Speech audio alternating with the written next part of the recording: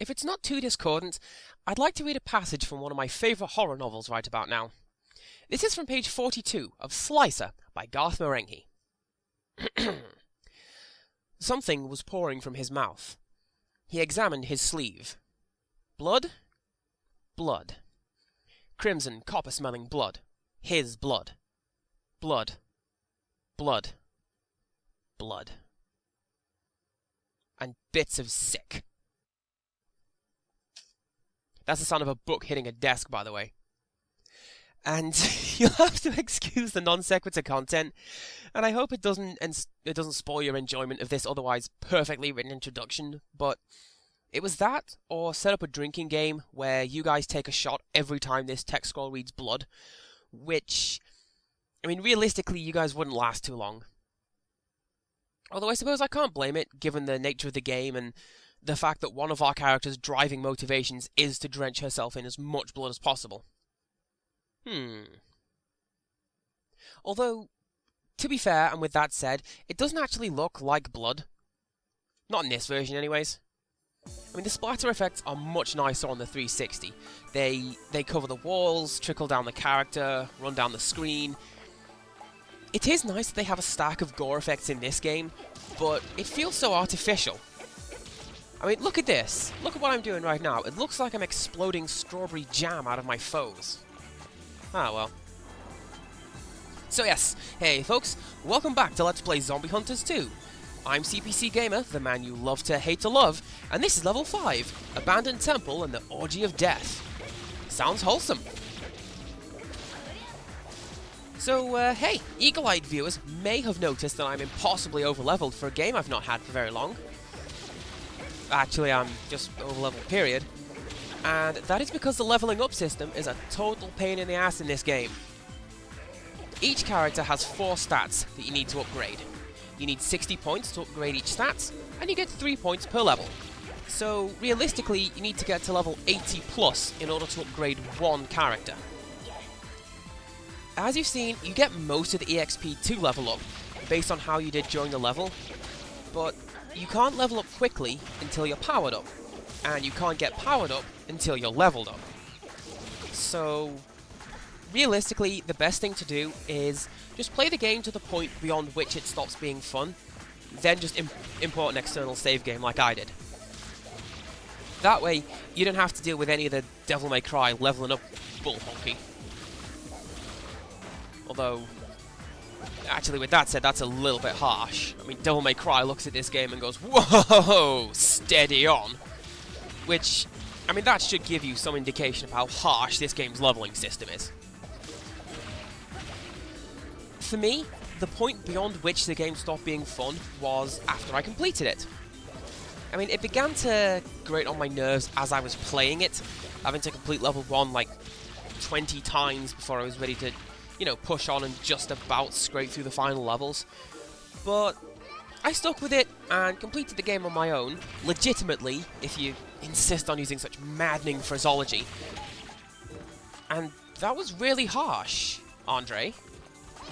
No fair, dude. Anyways, yeah, I completed the game on my own, and it was only afterwards that I realized I'd have to spend real-life days grinding to get myself powered up to a point that I was willing to play this game for you guys. Importing the save file was actually pretty handy, because not only did it save me time and I didn't have to play this game like a second job, it sped up the rate at which this LP is actually progressing. I mean, I can complete the level in, like, 6 or so minutes, 7 or 8 if I dawdle or stop to admire the scenery, whatever.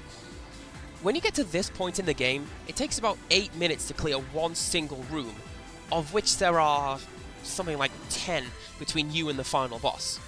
It's not fun by the end of the level. And this way around, you get to see the game in full, quickly, and with all the cool combos and special attacks unlocked. Actually, with that said, the imported save file also unlocked all the characters too, including a couple that I didn't actually know were even on the disc. Not that you'll ever really use them, but I mean, the team that I picked is the best for me, but the best team you'll want to use is probably Aya and Makoto, actually, because they are both incredibly fast, very strong, and they're good as a pair of just the purest power strikers, you know? It's like my dad always says, "Son, you're a puppet. We found you on the road and we're raising you as a bet." Actually, wait, no, that's not what my dad says at all. The phrase he says is, "The best defense is violently bludgeoning your enemies to a bloody pulp." It's quite cathartic, really. And that's another subtle hint towards the fact that I want to go into stand-up. Except not. Because you know what? I did stand up once, and I died an absolute death, let me tell you. I heard myself walking off the stage, it was so bad. I mean, it was, I don't know, years ago, some summer camp or other that my family used to go to, and they held a talent show on the end of the last day. I put my name down for it, worked out just a short routine throughout the week, went out, did 10 minutes of stand-up, and everybody sat on their hands, apparently, because I didn't get a sound out of anyone. Now, you see, that's what I was trying to go for. That sort of flying kick thing, not the low sweep thing. Just in case you were wondering. Anyways, yeah, I'll grant you that the jokes weren't A-material, and a lot of the jokes were really stupid, even for a 10-year-old or however old I was at the time. But realistically, I would have settled for a token sympathetic laughing at rather than laughing with. Oh, and of course there's another wave. Of course there is. But no, the fact that nobody got my jokes, that didn't put me off my goal of doing stand-up as a career. Laziness and the purest of terror put me off. And I mean, what laziness? It took me 3 years to get my script into shape and drum up the courage to start getting my LPing underway. And I don't think that was worth it. Look at fast food or whatever. And now I have no idea where I'm going. North! North is where I am going now. By the way, guys, there's a map button in this game. Should probably mention that to you guys 7 videos in. It's kind of interesting, really, because it renders the labyrinthine levels completely free of any challenge or threat. You can just tap the map button and it tells you where you're going. And yeah, you know what puts me off doing stand-up and stuff now? It's the fact that eventually I would run out of content and stop doing things. And admittedly, that's more applicable to Let's Playing. But, I mean, I don't know why, because I would only stop for a while, and even if I did, it's not like I've got an editor breathing down my neck or anything, just hustling me to get this stuff uploaded, you know? I just don't want to feel like I have let anyone down. And who'd be let down with awesome content like this? Zombies, bikinis, and all that other wholesome family goodness. Gotta say though, I'm also worried that I'm cutting it fine with my production times. Possibly because I am. I mean, to give you guys an idea of how much backlog I usually have, Fatal Frame 1 was recorded halfway through uploading Shattered Memories, and Fatal Frame 2 was recorded 3 episodes into Fatal Frame 1. And in layman terms, that means I usually have between 20 to 30 episodes ready to upload at any given time. But right now, I only have 4. I mean, it is quite advantageous because it lets me think on my toes and it makes my commentary a lot fresher and more relevant to what's going on in my life. But on the other hand, it makes me worry too much that I'm going to run out of cool things to show off. Although realistically, I suppose we could just stop that sentence and crop it with, "I worry too much." No, wait, new topic! I haven't played as much of the content that I got for Christmas as you might think. I mean, I've played this game to death. It's one reason I'm doing as well as I am now. The other reason being blatant cheating. But I've also been playing Child of Eden a lot. I mean, I don't want to get into it too much because I'll run out of content for that LP, which, I mean, you'd best believe is coming, counterintuitive as it is. But no, I've been playing a lot of Child of Eden because it makes me about as happy as anything ever has.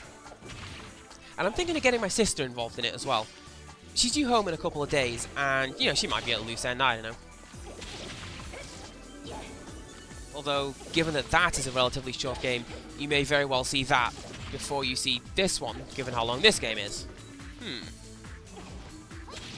Do you know what? I feel like that one bit in the run I did of Fatal Frame 2, come to mention it, where I filled in my own reminiscing about stuff that hadn't happened yet at a convention I hadn't gone to. I don't remember what I said would happen exactly, but I do know that something I said would happen did happen, and it was really weird, but only when I noticed it, having gotten back home, uploading and rewatching the video.